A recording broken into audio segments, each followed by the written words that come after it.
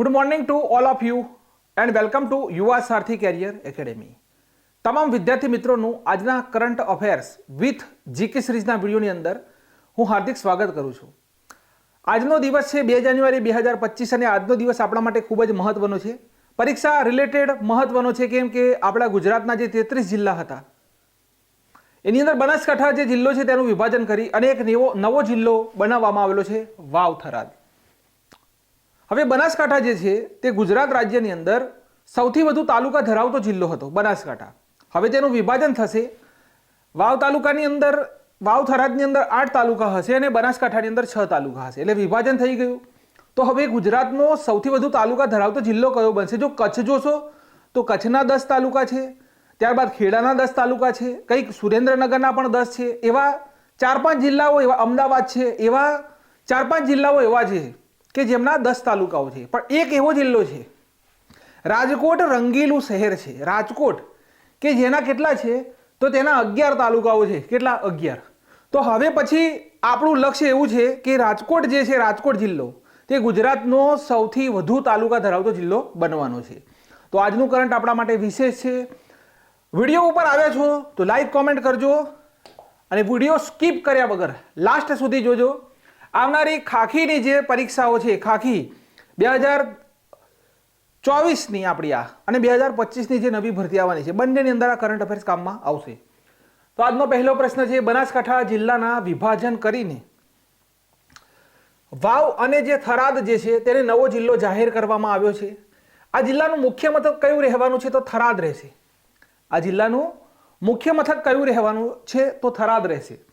હાલના બનાસકાંઠા જિલ્લાના 14 તાલુકામાંથી 8 તાલુકાઓ 4 નગરપાલિકાઓનો નવા બનનારા વાવ થરાદ જિલ્લામાં સમાવેશ કરવામાં આવશે. 4 નવી શું કહેવામાં આવે કે નગરપાલિકાઓ બનાવવામાં આવશે. હાલમાં આ જિલ્લાના 14 તાલુકાઓમાંથી નવા બનનાર વાવ થરાદ જિલ્લામાં વાવ, નોંધ કરજો, વાવ, પછી ભાભર, થરાદ, ધાનેરા, સુઈગામ, લાખાણી, દિયોદર અને કાંકરેજ એમ 8 તાલુકાનો સમાવેશ કરવામાં આવશે. કઈ જગ્યાએ? તો જે નવા વાવ થરાદ જે જિલ્લો બનવાનો છે એની અંદર આ તાલુકાનો સમાવેશ થશે. ત્યારબાદ તેમજ ભાભર, થરાદ, થરા અને ધાનેરા એમ 4 નગરપાલિકાઓનો સમાવેશ થાય. 4 નગરપાલિકાઓ કઈ? તો એક થરાદ, થરા અને ધાનેરા, બરાબર, ભાભર, આ 4 નગરપાલિકાઓનો સમાવેશ કરવામાં આવશે. તો આ નવો એક જિલ્લો ગુજરાતની અંદર બનવાનો છે અને જેનું નામ છે વાવ થરાદ. માહિતી પૂરી લેજો. અહીંયા જુઓ, બનાસકાંઠામાં આ 6 તાલુકાનો સમાવેશ કરવામાં આવેલો છે. 6 તાલુકાઓ કયા છે આપણી પાસે? તો એક તો બનાસકાંઠા જિલ્લામાં બાકીના 6 તાલુકાઓ જેની અંદર પાલનપુર છે, દાંતા છે, અમીરગઢ છે, દાંતીવાડા છે, વડગામ છે અને ડીસા એમ કુલ 6 તાલુકાઓ તેમજ પાલનપુર અને ડીસા એમ 2 નગરપાલિકાઓનો સમાવેશ કરવામાં આવશે. કેટલી? તો 2 નગરપાલિકાઓનો સમાવેશ કરવામાં આવશે. ત્યાર પછી આ બંને જિલ્લાઓના ગામડાઓનું વિભાજન મહદ અંશે સમાન રીતે દરેક જિલ્લામાં 600ની આસપાસ રહે તેમ તથા વિસ્તાર થરાદ જિલ્લામાં 6257 ચોરસ કિમી અને બનાસકાંઠા જિલ્લામાં 4486 ચોરસ કિમી રહે તે પ્રમાણે વિભાજન કરવામાં આવશે. આવા દિશા નિર્દેશ કોના દ્વારા આપવામાં આવેલા છે? હજુ તો એક સમિતિની રચના થશે. આ જે સમિતિ છે તે બનાસકાંઠાની અંદર જશે, આખો સર્વે થશે, ત્યાર પછી આ જિલ્લાઓનું સંપૂર્ણ રીતે વિભાજન કરવામાં આવશે.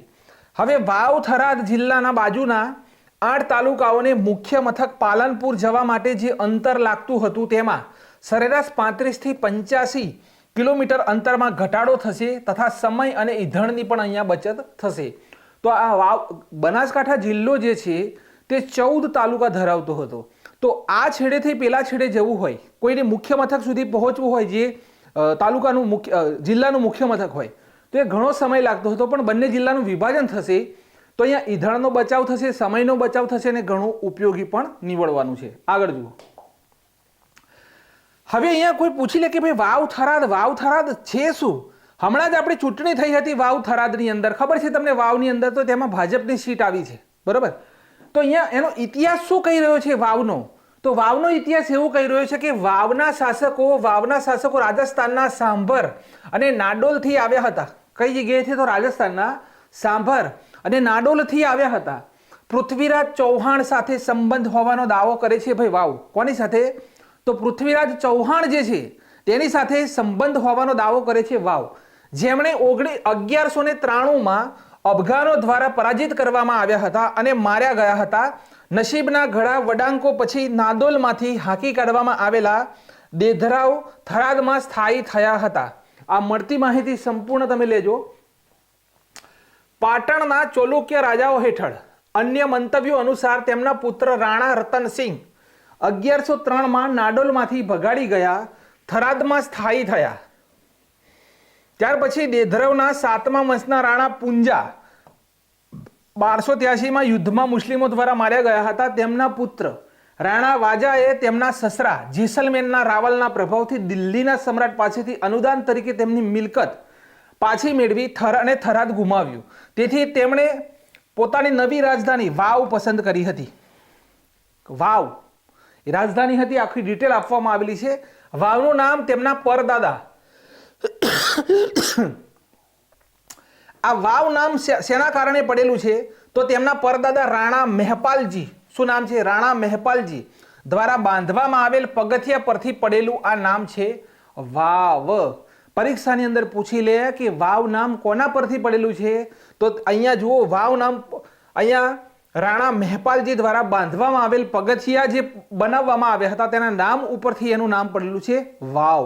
1813ના દુષ્કાળથી જે ખૂબ જ ગંભીર રીતે સહન થયું હતું બ્રિટિશ સમયગાળા દરમિયાન 18મા વંશજ ઉમેદસિંહજી 1819 થી 20માં અંગ્રેજો સાથે સંમત થયા અને સંરક્ષિત આ જગ્યા ઉપર બન્યા હતા.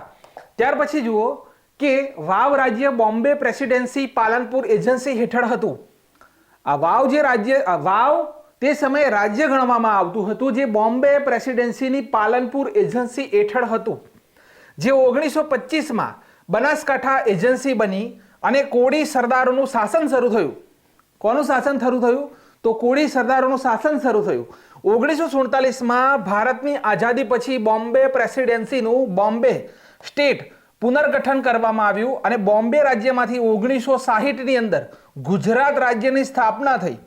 ત્યારે ગુજરાતના બનાસકાંઠા જિલ્લા હેઠળ આ વાવ આવ્યું. કોના હેઠળ આવ્યું તો બનાસકાંઠા જિલ્લા હેઠળ આ વાવ આવ્યું. ત્યાર પછી માહિતી છે કે હવે જ્યાં વાવ જે છે તેનો વાવનો ધ્વજ પણ અહીંયા બતાવવામાં આવેલો છે. વાવનો ધ્વજ કયો હતો તો ઉપર લાલ છે, પીળો છે, લીલો છે, ભૂરો છે અને લાસ્ટમાં વ્હાઈટ જે છે આ વાવનો ધ્વજ છે. કોનો છે તો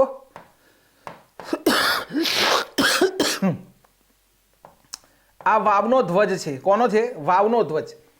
તો વાવ રાજ્ય બોમ્બે પ્રેસિડેન્સીની પાલનપુર એજન્સી હેઠળ હતું. 1925માં બનાસકાંઠા એજન્સી બની. આ આપણે જોઈ ચૂક્યા છીએ, બરાબર? એ જ માહિતી છે. તમે અહીંયા યાદ રાખો, આ વાવનો ધ્વજ જુઓ કે લાલ, પીળો, લીલો, ભૂરો અને સફેદ. આગળ છે બનાસકાંઠા જિલ્લાનો થોડી માહિતી બનાસકાંઠા જિલ્લાની લઈએ કે શા માટે તો બનાસ નદીને કિનારે વસેલો હોવાથી તેનું નામ બનાસકાંઠા પડેલું છે. ત્યાર પછી પ્રાચીન વિશેષતાઓ તે ધરાવે છે, જે ગુજરાતની ઉત્તરે આવેલો જિલ્લો છે. એક સમયે બનાસકાંઠા તથા આસપાસનો પ્રદેશ કયા નામથી ઓળખાતો હતો તો આનર્ત પ્રદેશ તરીકે ઓળખાતો હતો.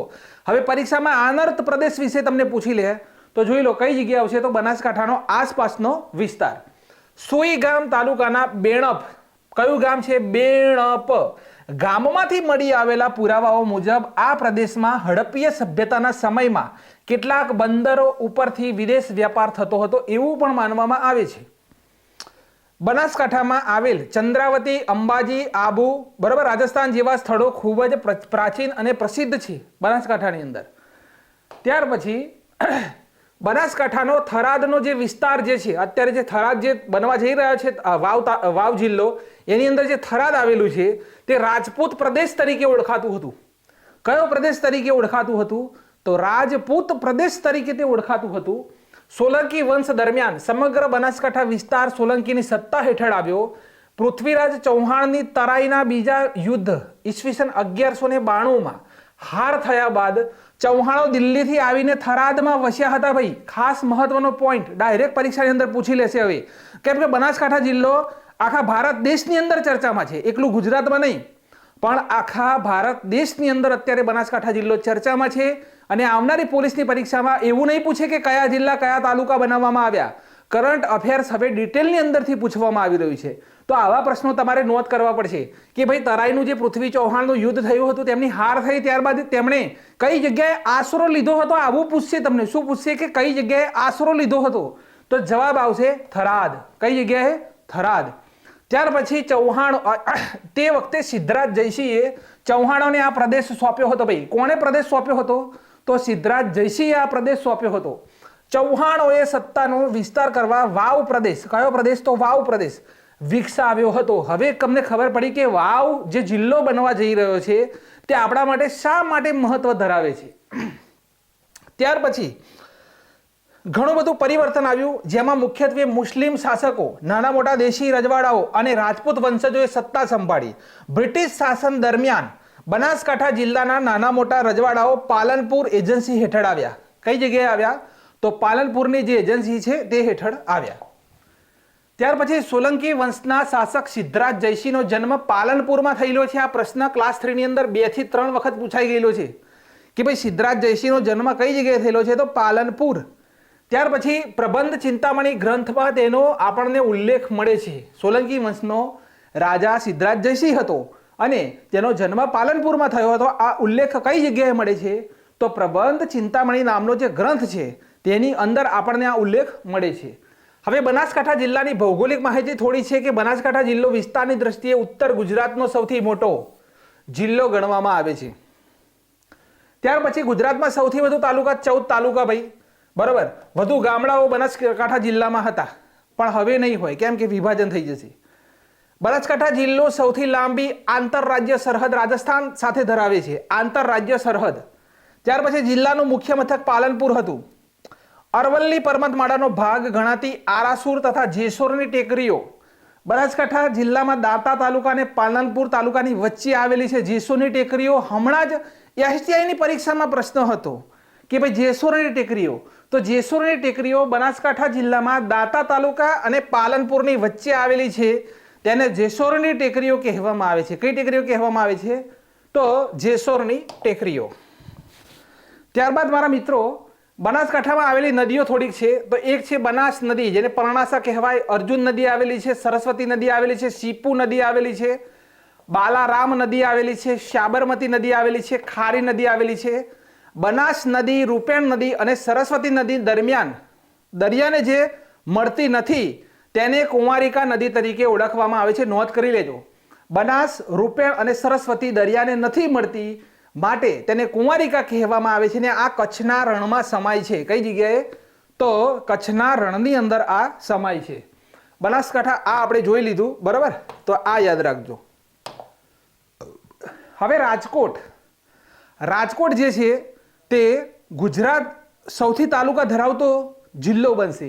તો રાજકોટના ફક્ત તાલુકા જોઈશું કે રાજકોટ શહેરની સ્થાપના વિભોજી અજોજી જાડેજાએ કરી હતી. કોણે કરી હતી? તો વિભોજી અજોજી જાડેજાએ રાજકોટની સ્થાપના કરી હતી. તેમણે પોતાના મિત્ર રાજુ સંધી, કોણ હતો મિત્ર?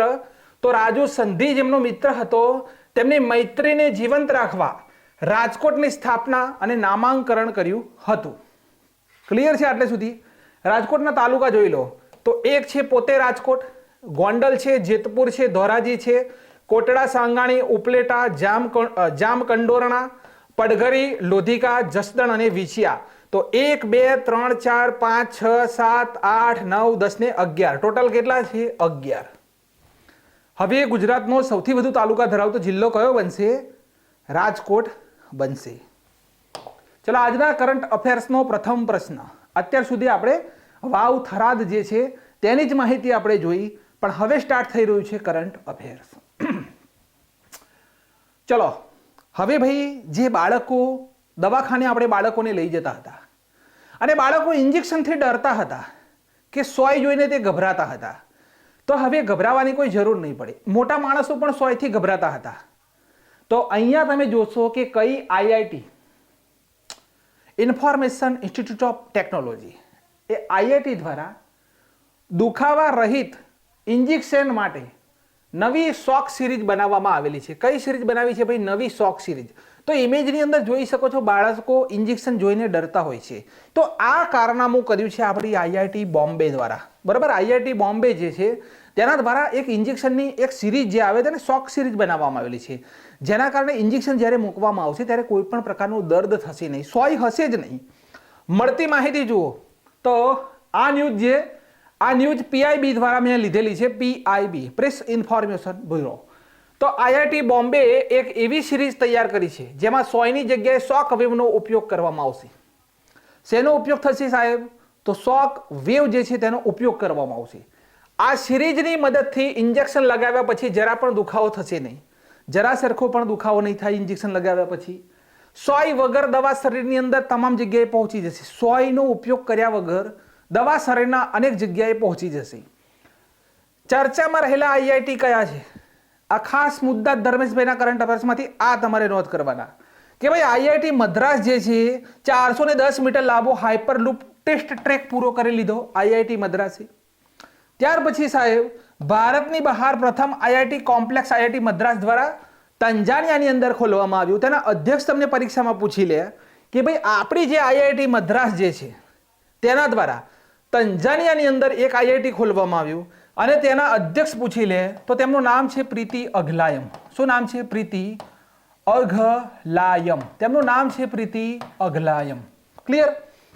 હવે IIT જમ્મુ જે છે તેણે અવાજ આધારિત ડ્રોન સિસ્ટમ બનાવી છે, IIT જમ્મુ. અને લાસ્ટમાં છે IIT દિલ્હી, તેણે હલકા વજનવાળી બુલેટ પ્રૂફ જેકેટ બનાવી. કોની સાથે મળીને? તો DRDO. કોની સાથે મળીને? તો DRDO સાથે મળીને બનાવી. અને તેનું નામ શું રાખવામાં આવ્યું છે? અભેદ. શું નામ રાખેલું છે? તેનું નામ છે અભેદ. શું નામ છે તેનું? તો અભેદ. ક્લિયર? ચલો બીજો ક્વેશ્ચન, મોસ્ટ IMP ક્વેશ્ચન છે મારા મિત્રો, પરીક્ષાની અંદર 110% છપાય તેવું લખેલું છે કે ઇન્ડિયન સ્પેસ રિસર્ચ ઓર્ગેનાઇઝેશન એટલે કે આપણું ISRO, તેના દ્વારા સ્પેડેક્સ મિશનને લોન્ચ કરવામાં આવ્યું. તો સ્પેડેક્સનું પૂરું નામ જણાવો ભાઈ. સ્પેડેક્સ તો લખેલું છે સ્પેસ ડેવલપમેન્ટ એક્સપ્લોરેશન, બીજું છે સ્પેસ ડાયનામિક એક્સપેરિમેન્ટ, ત્રીજું છે સ્પેસ ડોકિંગ એક્સપેરિમેન્ટ, ચોથું છે સ્પેસ ડેટા એક્સચેન્જ. આપણો કરેક્ટ આન્સર શું છે વિદ્યાર્થી મિત્રો? તો કરેક્ટ આન્સર B છે. જરા ઓપ્શન ફેરફાર થઈ ગયેલા છે. B તો સ્પેસ ડોકિંગ એક્સપેરિમેન્ટ. ફરીથી સાંભળી લેજો, સ્પેસ ડોકિંગ એક્સપેરિમેન્ટ જેનું શોર્ટ ફોર્મ છે સ્પેડેક્સ. એટલે સ્પેડેક્સનું ફૂલ ફોર્મ કયું થયું? તો સ્પેસ ડોક એક્સપેરિમેન્ટ. હવે વિદ્યાર્થી મિત્રો જે આ એક જ જે સેટેલાઇટ તમે જોઈ શકો છો, હવે આખું ડાયાગ્રામથી તમને અહીંયા સમજાવી દઉં કે તમે આ એક જ સેટેલાઇટ તમે જોઈ રહ્યા છો. આ શું સોરી તમે આ એક જ રોકેટ તમે જોઈ રહ્યા છો. આ શું છે? રોકેટ છે, એક જ રોકેટ. બરાબર? અહીંયા દોરીને તમને સમજાવી દઉં કે ચલો ભાઈ આ એક રોકેટ ભાઈ બનાવ્યો. આ રોકેટ, આ એનું લોન્ચિંગ સ્ટેશન છે. હવે આ જે રોકેટ જે છે તેનું નામ છે PSLV C site. PSLV C site. બરાબર? પોલર સેટેલાઇટ લોન્ચિંગ વ્હીકલ, આ તેનું પૂરું નામ છે. આ રોકેટની મદદથી આ બે સેટેલાઇટને મોકલવામાં આવ્યા. બરાબર? એક જ રોકેટની મદદથી બે સેટેલાઇટને મોકલવામાં આવ્યા પૃથ્વીની ભ્રમણ કક્ષાની અંદર. આ બે સેટેલાઇટ તમે જોઈ શકો છો. આ રોકેટ એક જ છે જેનું નામ મેં લખેલું છે PSLV C સાઇટ. હવે આ બંનેને ઉપર આકાશમાં જઈ અને જુદી જુદી તેની ભ્રમણ કક્ષાની અંદર મોકલવામાં આવશે. જુદી જુદી જે ભ્રમણ કક્ષા જે છે તેની અંદર તેને મોકલવામાં આવશે. અને આ કરનારો વિશ્વનો ચોથો દેશ ભારત બન્યો છે. તમને થશે તો સાહેબ પ્રથમ કયો દેશ છે? તો ભાઈ પ્રથમ દેશ છે અમેરિકા. આ જે સ્પેડેક્સ મિશન જે છે તેને લોન્ચ કરનાર વિશ્વનો પ્રથમ દેશ કયો છે? તો તે છે અમેરિકા. આપણે ચોથા બન્યા છે. બરાબર? આપણે ચોથા નંબરના દેશ છીએ. 30મી ડિસેમ્બર, પેનનો કલર થોડો બદલવો પડશે. તો અહીંયા મારા મિત્રો તમે જોઈ શકો છો કે 30 ડિસેમ્બર 2024ના દિવસે ISRO દ્વારા સ્પેડેક્સ મિશન લોન્ચ કરવામાં આવ્યું હતું. તેનું પૂરું નામ સ્પેસ ડોકિંગ એક્સપેરિમેન્ટ છે. આ મિશન PSLV C સાઇટ રોકેટની મદદથી હરિકોટા સતીશ ધવન સ્પેસ સેન્ટરથી લોન્ચ કરવામાં આવ્યું, જેની અંદર આ મિશન પ્રથમ અમેરિકા દેશે લોન્ચ કર્યું હતું સ્પેડેક્સ મિશન. અને ભારત કયો દેશ બન્યો? તો વિશ્વનો ચોથો દેશ બન્યો છે. આ મિશનના બે સેટેલાઇટ એક જ રોકેટની મદદથી લોન્ચ કરવામાં આવ્યા અને આ બંને અંતરિક્ષમાં પહોંચ્યા પછી એક સાથે જોડી દેવામાં આવ્યા. તેને ડોકિંગ કહેવામાં આવે છે. બરાબર? અંતરિક્ષમાં બે સેટેલાઇટ ગયા, ત્યાં છૂટા પડ્યા અને એક સાથે જે જોડવામાં આવે આ પ્રક્રિયા જે છે તેને ડોકિંગ પ્રક્રિયા કહેવામાં આવે છે. ઈસરોની આ 99મા નંબરની લોન્ચિંગ હતી. કઈ લોન્ચિંગ હતી? તો 99 નંબરની લોન્ચિંગ કોની હતી? તો ઈસરોની 99 નંબરની લોન્ચિંગ હતી. આ સેટેલાઇટ અને આ સેટેલાઇટ, આ રોકેટ એક જ છે. અહીંયાથી તે જુદી જુદી જગ્યાએ ગયા અને ત્યારબાદ પછી એક જ જગ્યા ઉપર તેને જોડવામાં આવશે, બરોબર. અને આને શું કહેવામાં આવે છે? તો ડોકિંગ સિસ્ટમ. અને આવું કરનારો ભારત વિશ્વનો 4થા નંબરનો દેશ. તો ઈસરોની વાત થાય તો ઇન્ડિયન સ્પેસ રિસર્ચ ઓર્ગેનાઇઝેશન મુખ્ય મથક આવેલું છે કર્ણાટકના બેંગલુરુની અંદર. આદર્શ વાક્ય છે આપણા ઈસરોનું કે space technology in service humankind. Space technology in service humankind. ઈસરોને 2024માં 4 મહત્વપૂર્ણ એવોર્ડ મળ્યા હતા. સૌથી મોટો પોઈન્ટ જ આ નોંધ કરવાનો છે, જો એક માર્ક્સ આપણે ગુમાવવો ના હોય તો John L Jack Swigert Junior award મળ્યો હતો. લીફ એરિક્સન એવોર્ડ ઈસરોને મળ્યો હતો. એવિએશન વીક લોરેટ્સ એવોર્ડ ઈસરોને મળ્યો હતો. ચંદ્રયાન 3 જે મિશન જે છે આપણું તેને વિશ્વ અંતરિક્ષ એવોર્ડ મળ્યો હતો. અને ઇન્ટરનેશનલ એસ્ટ્રોનોટિકલ ફેડરેશનનો વર્લ્ડ સ્પેસ એવોર્ડ એસ સોમનાથને મળ્યો. નદાવી કુદીચા, બરાબર, સિમ્હાંગલ, આ તેમની ઓટોબાયોગ્રાફી છે. એસ સોમનાથની ઓટોબાયોગ્રાફી પુસ્તક. તેનું નામ છે, શું નામ છે? તો નદાવી કુદીચા સિમ્હાંગલ. આ તેમની ઓટોબાયોગ્રાફી છે. ઈસરો તો ચંદ્રયાન 3 જે લોન્ચ કર્યું હતું વિદ્યાર્થી મિત્રો આપણે, અને તે દિવસને આપણે અંતરિક્ષ દિવસ જાહેર કરવામાં આવેલો છે. હવે ત્રીજો પ્રશ્ન છે આગળનો, સુપર પ્રશ્ન છે આ પણ, કે ભારત દેશનો પ્રથમ ગ્લાસ બ્રિજ ક્યાં બન્યો? હવે બધી જગ્યાએ બધી ન્યૂઝ આવતી હોય પણ ક્લિયર નથી કરતા કે ગ્લાસ બ્રિજ આ ભારતનો પ્રથમ નથી, એની પહેલા ગ્લાસ બ્રિજ બનેલા છે, બરોબર. પણ એવું બોલો કે લાંબા અંતરનો અને દરિયાની ઉપર બનેલો બ્રિજ, એવું કંઈક લખો ભારતનો પ્રથમ. બાકી ભારતનો પ્રથમ નથી આ, બરોબર. મારી ગણતરી મુજબ ભારતનો પ્રથમ તો અહીંયા છે. જુઓ ચિત્રકૂટ કઈ જગ્યાએ બનેલો છે. આ બધા ન્યૂઝ એવી આપે છે ને કે પરીક્ષાની અંદર આપણને ગુમરાહ કરી દે. અહીંયા લખેલું છે કે is ready to open in Chitrakoot. તો ચિત્રકૂટ જે ચિત્રકૂટ છે એ જગ્યા ઉપર ભારતનો પ્રથમ, સબરી ધોધ ઉપર ભારતનો પ્રથમ ધનુષ આકારનો, આપણા કરંટ અફેર્સમાં 2 વર્ષથી હું ભણાવું છું. તો વિચાર કરો કે આ કઈ રીતે હોઈ શકે આ ગ્લાસનો બ્રિજ. ગ્લાસનો બ્રિજ તો ઓલરેડી ચિત્રકૂટ ઉપર બનેલો છે, સબરી ધોધ ઉપર, બરોબર. સમજજો કે India first glass bridge over C in Kanyakumari. હવે અહીંયા સમુદ્રની ઉપર બનેલો ભારતનો પ્રથમ, એવું લખવું જોઈએ. તો અહીંયા ભારત દેશનો પ્રથમ ગ્લાસ બ્રિજ ક્યાં બન્યો? તો આપણો કરેક્ટ આન્સર શું આવશે વિદ્યાર્થી મિત્રો? અહીંયા જો Tamil Nadu chief minister M.K. Stalin inaugurated India first ever glass bridge at Kanyakumari. તો કઈ જગ્યાએ? તો આપણો કરેક્ટ આન્સર એ છે તમિલનાડુ, બરાબર, તમિલનાડુ. ફરીથી વાક્ય વાંચી લો કે Tamil Nadu chief minister M.K. Stalin inaugurated India first ever glass bridge at Kanyakumari. તો તમિલનાડુ કન્યાકુમારીની અંદર ભારતનો સમુદ્રની ઉપર બનેલો આ પ્રથમ ગ્લાસ બ્રિજ છે. તમિલનાડુના મુખ્યમંત્રી M.K. સ્ટાલિન દ્વારા, કોના દ્વારા?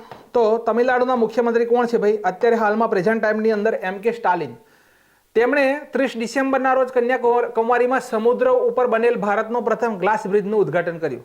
સમુદ્રની ઉપર બનેલો ગ્લાસ બ્રિજ પ્રથમ છે ભારતનો, બાકી ભારતનો પ્રથમ ગ્લાસ બ્રિજ આ નથી. ક્લિયર?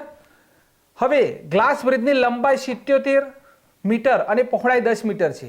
ટુરિસ્ટ કન્યાકુમારીના કિનારેથી વિવેકાનંદ રોક મેમોરિયલ સુધી 133 ફૂટ ઊંચા તિરુવલ્લુરની પ્રતિમા સુધી પહોંચી શકશે. આ પ્રતિમા કન્યાકુમારીમાં આવેલી જેનું નામ બુદ્ધિની પ્રતિમા રાખવામાં આવેલું છે. તેની ઊંચાઈ 133 ફૂટ અને 41 મીટર ગણવામાં આવે, બરાબર. 133 ફૂટ એટલે મેક્સિમમ 41 મીટર. વિશ્વનો સૌથી મોટો ગ્લાસનો બ્રિજ 632 મીટર વિયેતનામમાં આવેલ છે. વિયેતનામની અંદર સૌથી મોટો, બરાબર, ડ્રેગન બ્રિજ. હવે અહીંયા સમજજો આ વાતને કે અહીંયા જો ચર્ચામાં રહેલ ભારતના મહત્વપૂર્ણ પુલ મેં અહીંયા મૂકેલા છે, સૌથી વધુ ચર્ચામાં રહેલ, બરાબર. તો ભારતનો સૌથી લાંબો ડબલ ડેકર પુલ કઈ જગ્યાએ આવેલો છે? Double decker. તો આ આવેલો છે નાગપુર, મહારાષ્ટ્રની અંદર. ભારતની સૌથી લાંબી રોડ સુરંગ, મુદ્દાને સમજો, કન્ફ્યુઝન. ભારતની સૌથી લાંબી રોડ સુરંગ તો આ આવશે ચેનાની નાસરી, 9.2 કિલોમીટર. તેને જ કહેવામાં આવે છે શ્યામા પ્રસાદ મુખર્જી ટનલ, બરાબર. ચેનાની નાસરી જે છે તેને જ શ્યામાપ્રસાદ મુખર્જી ટનલ કહેવામાં આવે છે. દેશનો સૌથી લાંબો સી બ્રિજ સી તો અટલ સેતુ છે. કયો છે? અટલ સેતુ. તેની લંબાઈ છે 21.8 કિલોમીટર. 21.8 કિલોમીટર. દુનિયાની સૌથી લાંબુ રેલવે પ્લેટફોર્મ કર્ણાટક સિદ્ધારૂઢા સ્વામી 1507 મીટર. તેનું નામ જ હુબલી છે. આ બધા કન્ફ્યુઝન પોઈન્ટ સમજજો. આ જે સિદ્ધારૂઢા જે છે તેનું નામ જ હુબલી છે. હુબલી, બરોબર. પણ હુબલીનું નામ બદલી અને સિદ્ધારૂઢા સ્વામી કરવામાં આવેલું છે 1507 મીટર. હવે ભારતની સૌથી લાંબી રેલવે સુરંગ તો T50 છે, જેની લંબાઈ કેટલી છે? 1277 કિલોમીટર. રેલવે સુરંગ, પેલી રોડ સુરંગ છે, બરોબર. રોડ સુરંગ પૂછાય તો ચેનાની નાસરી 9.2 કિલોમીટર. રેલવે સુરંગ પૂછાય તો T50 12.77 કિલોમીટર. હવે દુનિયાનો સૌથી ઊંચો આર્ક બ્રિજ જમ્મુ કાશ્મીર ચિનાબ નદી 359 મીટર, બરોબર. લંબાઈ છે 1315 મીટર. હવે જુઓ ભારતનો સૌથી ઊંચો સ્કાય વોક પુલ. આ બ્રિજ આપણે જે વાત કરી ને હમણાં, તો એ તમિલનાડુની અંદર પણ બની ચૂકેલો છે, જેનું નામ છે, જોઈ લો, 570 મીટર તમિલનાડુની અંદર સ્કાય વોક પુલ. ત્યાર પછી ભારતનો સૌથી લાંબો નદી પુલ તો ભૂપેન હજારિકા બ્રિજ 9.15 કિલોમીટર. તેને ઢોલા સાદિયા બ્રિજ પણ કહેવામાં આવે છે, બરોબર. એ અરુણાચલ પ્રદેશથી આસામના સિલચરને જોડે છે, બરોબર. અટલ સુરંગ હિમાચલ પ્રદેશમાં આવેલી છે, 9.2 કિલોમીટર તેની લંબાઈ. દેશમાં પ્રથમ કેબલ આધારિત પુલ જેનું નામ છે સુદર્શન સેતુ. જેનું નામ છે સુદર્શન સેતુ. દ્વારિકાની અંદર 2.32 કિલોમીટર લાંબો છે, જે ઓખા અને બેટ દ્વારકાને જોડે છે. ઓખા અને બેટ દ્વારકાને જોડે છે. વિશ્વની સૌથી લાંબી 2 લાઇન વાળી સુરંગ. વિશ્વની સૌથી લાંબી 2 લાઇન વાળી સુરંગ તો તેનું નામ છે સેલા સુરંગ. ક્યાં આવેલી છે? પશ્ચિમ બંગાળ. ધનુષ આકારનો ભારતનો પ્રથમ ગ્લાસ બ્રિજ. આ ગ્લાસ બ્રિજ ભારતનો પ્રથમ આ છે, ગ્લાસ બ્રિજ ધનુષ આકારનો, ચિત્રકૂટ સબરી ધોધ ઉપર, બરાબર. ચિત્રકૂટમાં સબરી અથવા તુલસી ધોધ ઉપર, સબરી અથવા તુલસી ધોધ ઉપર. તો ક્લિયર કરજો, એ ભારતનો પ્રથમ ગ્લાસ બ્રિજ નથી. કેમ કે સમુદ્રની ઉપર બનેલો ભારતનો પ્રથમ ગ્લાસ બ્રિજ છે. આ કન્ફ્યુઝન પોઈન્ટને યાદ રાખજો. ચલો મારા મિત્રો, 53મી સિનિયર નેશનલ હેન્ડબોલ ચેમ્પિયનશિપ 2024 કોણે જીતી? અહીંયા તમે જોઈ શકો છો કે હેન્ડબોલ ચેમ્પિયનશિપની વાત થઈ રહી છે, બરાબર. અને અહીંયા એનો લોગો પણ તમે જોઈ શકો છો. તો આ આપણો કરેક્ટ આન્સર આવશે. કેરળ રાજ્યને હરાવીને સિનિયર હેન્ડબોલ ચેમ્પિયનશિપ ચંદીગઢે જીતી છે, બરાબર. કોણે જીતી? તો ચંદીગઢ. 20મી એશિયન વુમન હેન્ડબોલ ચેમ્પિયનશિપ 2024 અહીંયા હિન્દી થઈ ગયું છે, દિલ્હી, બરાબર. દિલ્હીના ઇન્દિરા ગાંધી સ્ટેડિયમમાં આયોજિત થઈ, જે જાપાન સાઉથ કોરિયાને હરાવીને જીત્યો છે ભાઈ. જાપાન કોણે હરાવીને? તો સાઉથ કોરિયાને હરાવીને જીત્યો.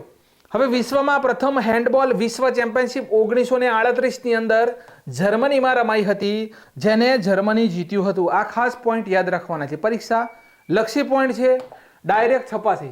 હવે જુઓ કઈ કંપનીને ગ્રેટ પ્લેસ ટુ વર્ક પ્રમાણપત્ર મળ્યું છે. ઓપ્શન આપેલા છે સેલ એટલે કે steel authority India of limited, HAL, ત્યાર પછી ONGC અને IOC. તો અહીંયા આપણો કરેક્ટ આન્સર આવશે ભાઈ સેલ. કયો આવશે? સ્ટીલ ઓથોરિટી ઓફ ઇન્ડિયા લિમિટેડને ગ્રેટ પ્લેસ ટુ વર્ક પ્રમાણપત્ર મળ્યું છે. હવે જો અહીંયા લખેલું છે વિદ્યાર્થી મિત્રો કે cell secure great place to work certification for બીજી વખત. અહીંયા ટુ એટલે કે શું કહેવાય કે સતત બીજી વખત. કેટલી વખત? તો સતત બીજી વખત. કેટલામી વખત? તો સતત બીજી વખત જે આપણી કઈ કંપની છે ભાઈ?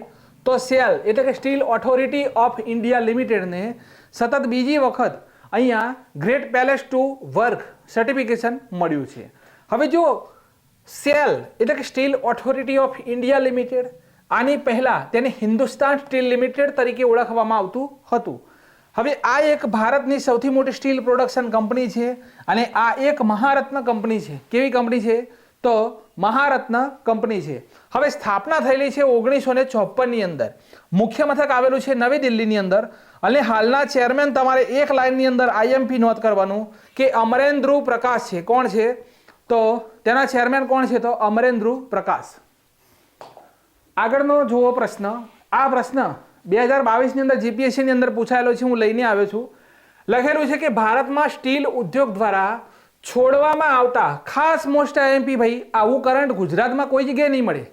કોઈ જગ્યાએ નહીં મળે કે આવો પ્રશ્ન તમને બતાવે કે આ સ્ટીલ ઉપરથી કયો પ્રશ્ન પૂછાયેલો છે. તો જુઓ, ભારતમાં સ્ટીલ ઉદ્યોગ દ્વારા છોડવામાં આવતા કેટલાક મહત્વપૂર્ણ પ્રદૂષકોમાંથી નીચેનામાંથી કયું છે? ઓપ્શન જુઓ આપેલા છે અહીંયા. ઓપ્શન આપેલા છે આ 1 અને આ 2. તો લખેલું છે નાઇટ્રોજન, કાર્બન મોનોક્સાઇડ, કાર્બન ડાયોક્સાઇડના સલ્ફર ઓક્સાઇડ અને ઓક્સાઇડ. બરોબર. તો નીચે આપવામાં કોડ પસંદ કરવાનો છે ને આપણે જવાબ આપવાનો છે. જવાબ મેં ડી આપેલો છે. 1, 2, 3 અને 4. બરોબર. 1, 2, 3 અને 4. આ 1 છે. 1 સેકન્ડ. ચલો, આ 1 છે, ત્યાર પછી આ 2 છે, અહીંયા મિક્સ થઈ ગયું છે. આ 3 છે અને સલ્ફર ઓક્સાઇડ આ 4 છે. તો આ 4ની અંદરથી આપણને જવાબ આપવાનો હતો. શું હતું કે ભાઈ ભારતમાં સ્ટીલ ઉદ્યોગ દ્વારા છોડવામાં આવતા કેટલાક મહત્વપૂર્ણ પ્રદૂષકોમાંથી નીચેનામાંથી કયા પ્રદૂષકો હતા? 2022 જીપીએસસીની અંદર આ પ્રશ્ન પૂછાયેલો છે. ઓપ્શન હતા કે નાઇટ્રોજન, બીજો ઓપ્શન હતો કાર્બન મોનોક્સાઇડ, ત્રીજો ઓપ્શન હતો કાર્બન ડાયોક્સાઇડ અને ચોથો ઓપ્શન હતો સલ્ફર ઓક્સાઇડ. તો આપણો કરેક્ટ આન્સર શું આવશે? જવાબ ડી અહીંયા મેં આપેલો છે. 1, 2, 3 અને 4 તમામ આપણો જવાબ હતો. તો આવા સ્ટીલ વિશેના પ્રશ્ન પૂછાય છે. ત્યાર પછી હવે જુઓ કે ભારતનો પ્રથમ સ્ટીલ પ્લાન્ટ કયો છે? ડાયરેક્ટ પરીક્ષામાં પૂછાયેલું છે. તો ભિલાઈ સ્ટીલ પ્લાન્ટ છત્તીસગઢમાં સ્થિત એક સ્ટીલ ફેક્ટરી છે. તે ભારતનો પ્રથમ સ્ટીલ ઉત્પાદક પ્લાન્ટ છે અને મુખ્યત્વે રેલવેનું ઉત્પાદન કરે છે. આ નોંધ કરજો. શેનું? તો રેલવેનું. આ પ્લાન્ટની સ્થાપના 1955માં સોવિયત સંઘ એટલે કે રશિયાની મદદથી થઈ હતી અને આ ફેક્ટરીની સ્થાપના બીજી પંચવર્ષીય યોજના 1956-61 હેઠળ ભિલાઈ સ્ટીલ પ્લાન્ટની સ્થાપના કરવામાં આવી હતી. તો આ સ્ટીલ વિશેનો મુદ્દો ક્લિયર. આગળનો પ્રશ્ન જુઓ કે હાલમાં જ રજૂ કરવામાં આવેલી રિપોર્ટ મુજબ ભાઈ હાલમાં એક રિપોર્ટ રજૂ કરવામાં આવેલી છે અને કહેવામાં આવી રહ્યું છે કે ભારતના સૌથી પૈસાદાર મુખ્યમંત્રી કોણ છે? સૌથી રૂપિયાવાળા મુખ્યમંત્રી કોણ છે? તો બતાવવામાં આવેલા છે ચંદ્રાબાબુ નાયડુ. કોણ છે? Chandrababu Naidu. Option number C આપણો કરેક્ટ આન્સર છે. તો હાલમાં જ એક રિપોર્ટ રજૂ થયેલી છે. રિપોર્ટ કોણે રજૂ કરી છે એ પણ આપણે જોઈ લઈએ. તો આ report association of democratic reform દ્વારા રજૂ કરવામાં આવેલી છે અને આની અંદર બતાવવામાં આવેલું છે કે ચંદ્રાબાબુ નાયડુની સંપત્તિ 931 કરોડ રૂપિયા છે. કેટલી છે? 931 કરોડ રૂપિયા સંપત્તિ છે. બીજા નંબરે અરુણાચલ પ્રદેશના મુખ્યમંત્રી પેમા ખાંડુ. બરોબર. પેમસિંહ ગોલે, પેમા ખાંડુ. અને ત્રીજા નંબરે સિદ્ધારમૈયા કર્ણાટકના મુખ્યમંત્રી છે. ભારતના સૌથી ગરીબ મુખ્યમંત્રી કોને બતાવવામાં આવેલા છે ભાઈ આ રિપોર્ટની અંદર સાહેબ? તો ગરીબ મુખ્યમંત્રી છે પશ્ચિમ બંગાળની મમતા બેનર્જી. કોણ છે?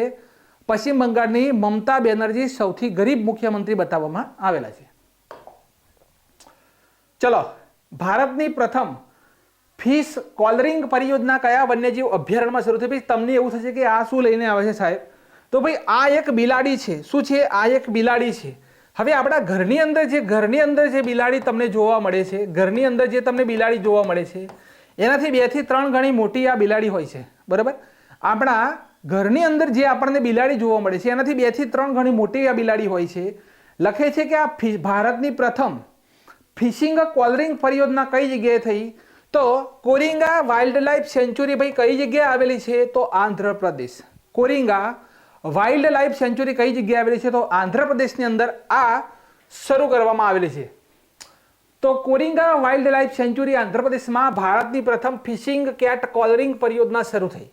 વર્ષ 2018માં પ્રથમ ફિશિંગ કેટની ગણતરીમાં 115 બિલાડીની વસ્તી ગણતરી થઈ હતી.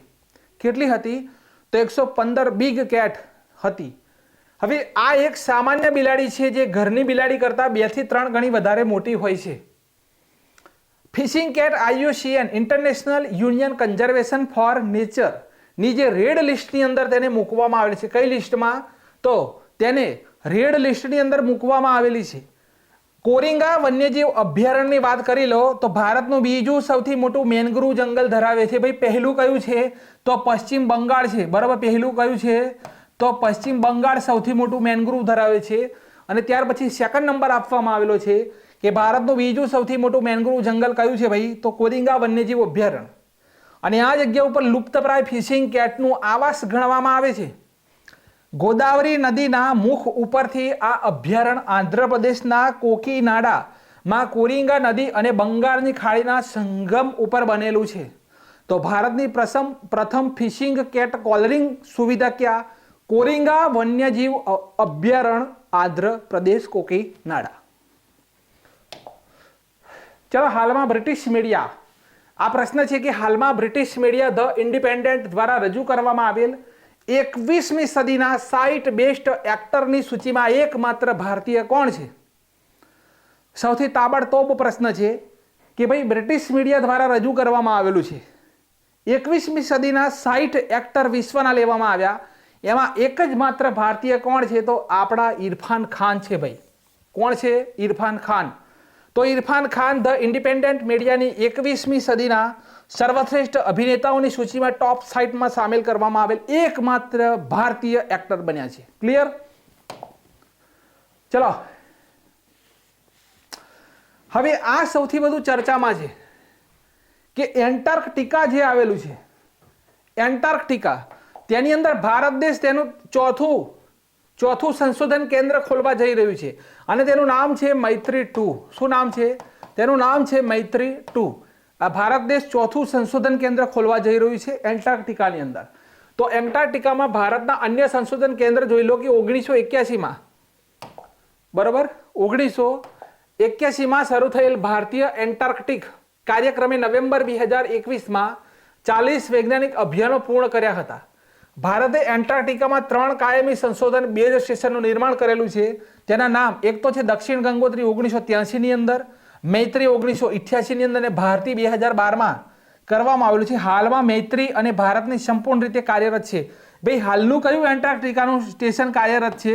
તો તે છે મૈત્રી સૌથી કાર્યરત છે. જ્યારે દક્ષિણ ગંગોત્રીની હાલત અત્યંત ખરાબ છે. તે હવે માત્ર સપ્લાય સ્ટેશન બની ગયું છે. કેવું સ્ટેશન બની ગયું છે? તો ફક્ત સપ્લાય સ્ટેશન. ગોવામાં સ્થિત નેશનલ સેન્ટર ફોર ધ્રુવીય અને મહાસાગર સંશોધન NCPOR એ પૃથ્વી વિજ્ઞાન મંત્રાલય હેઠળની એક સ્વાયત્ત સંસ્થા છે. NCPOR સમગ્ર ભારતીય એન્ટાર્કટિક કાર્યક્રમનું સંચાલન કરે છે. આ ડાયરેક્ટ પરીક્ષા GPSC 2022ની અંદર પૂછાયેલો હતો કે ભાઈ પૃથ્વી વિજ્ઞાન મંત્રાલય હેઠળની એક સ્વાયત્ત સંસ્થા, બરોબર, NCPOR સમગ્ર ભારતીય. પ્રશ્ન એવો હતો કે ભારતીય એન્ટાર્કટિક કાર્યક્રમનું સંચાલન કોણ કરે છે? તો ઘણા ખરા ઓપ્શન હતા. વાણિજ્ય મંત્રાલય, કેન્દ્ર સરકાર.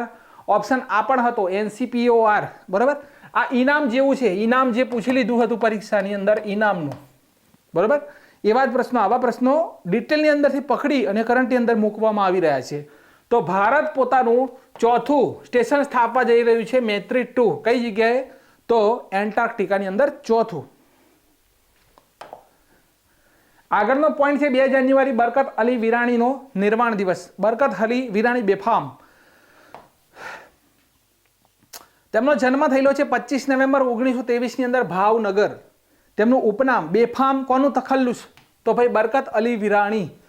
તેમણે 14 વર્ષની ઉંમરે પોતાની પ્રથમ ગઝલ લખી હતી. તેમણે ગુજરાતી ચલચિત્ર મંગળ ફેરા 1949માં અભિનય કર્યો હતો. હવે તેમના ટૂંકમાં સાહિત્ય સર્જન જોઈ લો તો ગઝલ સંગ્રહ કયા છે? તો માનસર, પ્યાસ, પરબ અને ઘટા. ટૂંકી વાર્તા કઈ છે? તો આગ અને અજવાળા, જીવતા સૂર. નવલકથા કઈ છે? તો રંગ સુગંધ તેમની નવલકથા છે. તેમણે લોકપ્રિય ગવાતું ગીત નયનને બંધ રાખીને મેં જ્યારે તમને જોયા છે, તમે છો એના કરતા પણ વધારે. આ જે ગીત છે જે અત્યારે ફેમસ છે તેની રચના કોણે કરેલી છે? તો બરકત અલી વિરાણી બેફામ તેમના રચયિતા છે. આગળનો પોઈન્ટ પ્રહલાદ પારેખ. તો 2 જાન્યુઆરી પ્રહલાદ પારેખનો નિર્વાણ દિવસ. 22 ઓક્ટોબરે તેમનો જન્મ થયેલો છે 1911ની અંદર, બરાબર, ભાવનગર.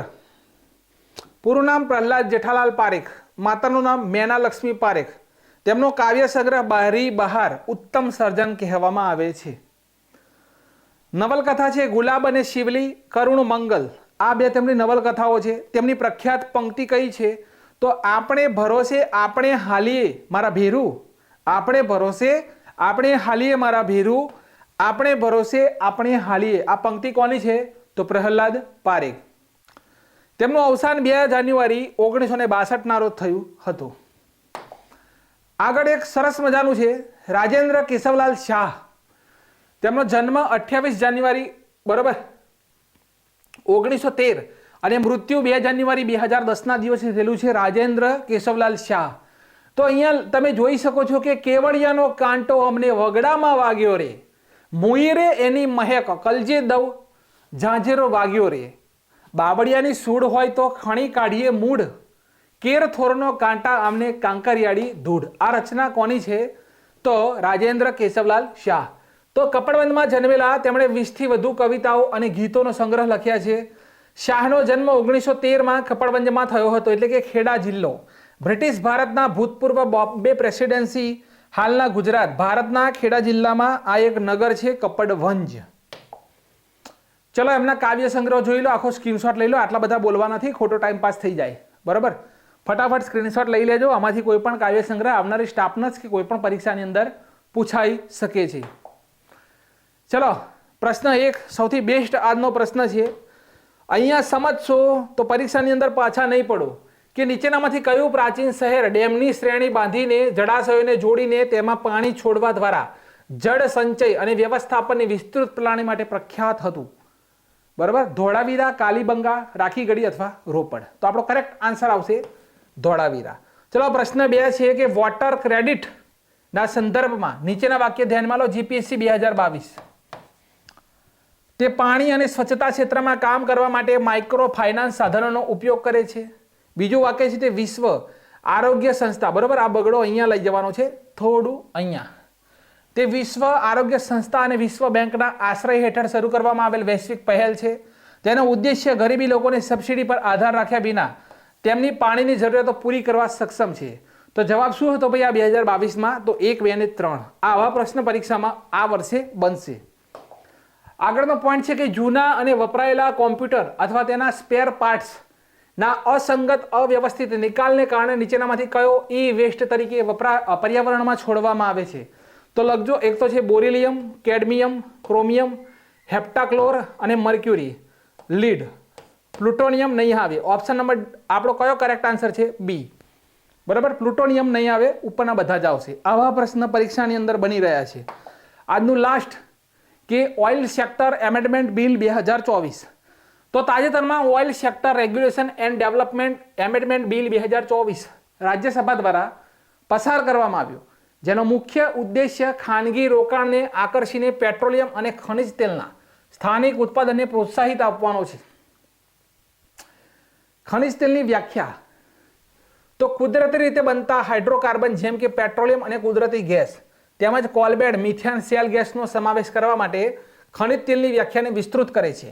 આ કોલસો, લિગ્નાઇટ અને હિલિયમનો આ વ્યાખ્યામાં ખાસ સમાવેશ કરવામાં આવ્યો નથી. સંભવત ખાણ ખનિજ વિકાસ અને નિયમનના અધિનિયમ 1957 હેઠળ છે.